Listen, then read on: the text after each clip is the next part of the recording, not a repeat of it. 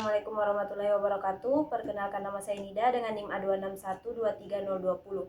Baik, pada video kali ini saya akan menjelaskan dua jenis paku yang direndam dengan air dengan perlakuan yang sama namun hasil akhir yang berbeda.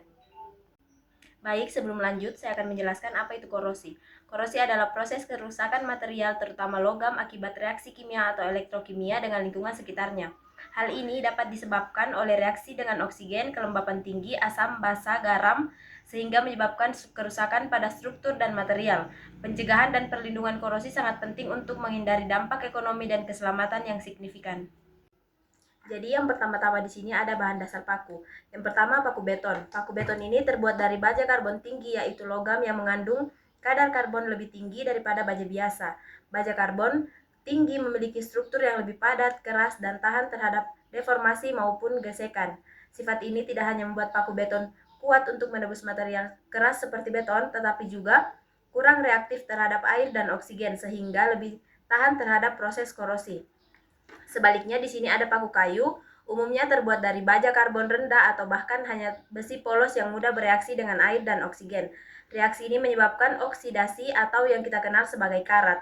Karat ini terbentuk ketika besi atau Fe bereaksi dengan air H2O dan oksigen O2, membentuk zat berwarna coklat kemerahan yaitu FeO3 dikali H2O. Nah, yang kedua, perlakuan permukaan dan pelapisan. Paku beton seringkali mendapatkan perlakuan tambahan seperti heat treatment atau perlakuan panas, atau pelapisan anti karat, misalnya pelapisan seng atau galvanisasi. Proses ini membuat permukaannya lebih tahan terhadap reaksi kimia yang dapat menimbulkan korosi. Pada sisi lain, paku kayu biasanya tidak diberi perlindungan tambahan, permukaan logamnya dibiarkan terbuka sehingga terkena air, uap air, atau zat asam dari lingkungan seperti CO2 dari udara atau ion Cl- dari air laut. Proses korosi berlangsung lebih cepat. Yang ketiga, struktur mikro dan kepadatan logam. Baja karbon tinggi dalam paku beton memiliki mikrostruktur yang lebih homogen dan rapat, sehingga lebih sulit bagi air dan oksigen menembus ke dalam logam dan memicu korosi. Sebaliknya, paku kayu biasanya memiliki struktur yang lebih longgar dan kurang tahan terhadap tekanan luar maupun lingkungan lembab. Nah, yang keempat ada kondisi lingkungan. Saat paku direndam dalam air, korosi dipercepat oleh adanya oksigen terlarut dalam air. Pada paku biasa atau paku kayu, permukaannya cepat bereaksi dengan oksigen tersebut apabila air mengandung elektrolit seperti garam. Paku beton dengan perlindungan atau struktur logam yang keras tidak mudah bereaksi dengan lingkungan ini, sehingga proses korosinya berjalan lebih lambat. Nah, yang kelima, prinsip elektrokimia korosi. Korosi besi terjadi karena terbentuknya sel elektrokimia di permukaan logam.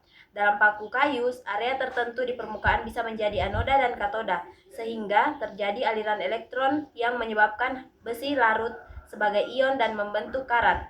Pada paku beton, struktur logam yang padat dan kadang dilindungi oleh lapisan seng atau galvanis menghambat pembentukan sel elektrokimia ini sehingga memperlambat korosi. Nah, adapun kesimpulannya, paku beton lebih tahan terhadap korosi karena yang pertama, terbuat dari baja karbon tinggi yang lebih keras dan kurang reaktif. Yang kedua, sering mendapat perlakuan atau pelindung seperti pelapisan seng. Yang ketiga, memiliki struktur mikro yang lebih padat dan kuat.